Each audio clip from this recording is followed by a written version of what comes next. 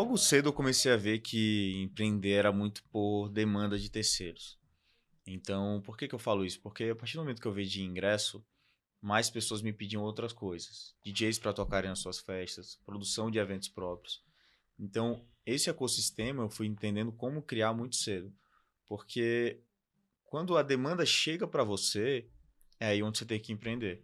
Então, puxando um pouco para o presente, na SME, a demanda surgiu de terceiros.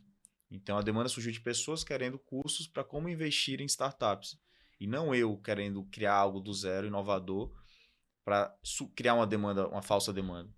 Então, essa demanda lá de trás e esse ecossistema surgiu muito a partir dos clientes. Cada cliente foi pedindo alguma coisa e você foi entregando aquele resultado, porque você ouve o seu cliente, né? Exato, de forma muito orgânica. Você ouve o seu E cliente. voltando para aquilo que eu falei, sem perfeccionismo. Então, pô, se surgir uma demanda, primeiro eu vou vender. Eu sou muito assim, vender e depois eu me resolvo para entregar e as coisas vão surgindo, vão acontecendo. Isso não é arriscado, Theo, para quem vendeu o que não tem, por exemplo? Totalmente, mas não é vender o que não tem. Você sabe o que entregar, mas assim, se o cliente quer fazer o cheque para você, venda, vá atrás e aí você se estrutura. Se o cliente tem uma necessidade, você puder atender essa necessidade, por que não, né? Exatamente. Uhum. E os maiores empreendedores, empresários do mundo que eu estudo muito, fizeram isso.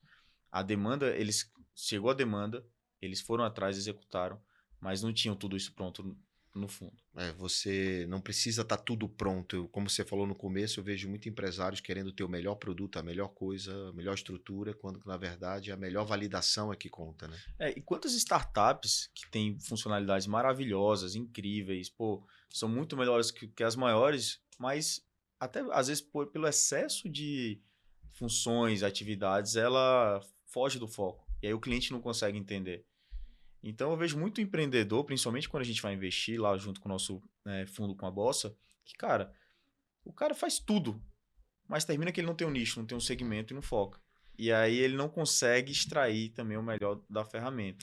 Então, o foco que você fala é o foco de coisas fora do eixo principal, né?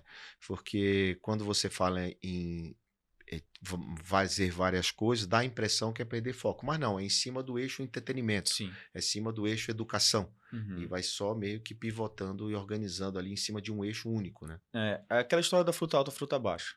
Se um cliente já compra de você e ele está próximo de você, é muito melhor que você venda outro serviço para esse cliente do que você ir buscar uma fruta lá em cima, muitas vezes que ainda não é seu cliente. Ou de outro cliente. Né? Ou de outro cliente. Então, pô, um contador. Um contador, ele tem milhões de empresários no seu banco de dados. Por que não vender um serviço de controladoria? Por que não vender um serviço de M&A? Um serviço de restituição fiscal para esse mesmo cliente, que é empresário? Essa é uma fruta baixa. A fruta alta é quando você tem que buscar um cliente distante. E muitas vezes a gente pode ter várias fontes de receita provenientes de um mesmo cliente.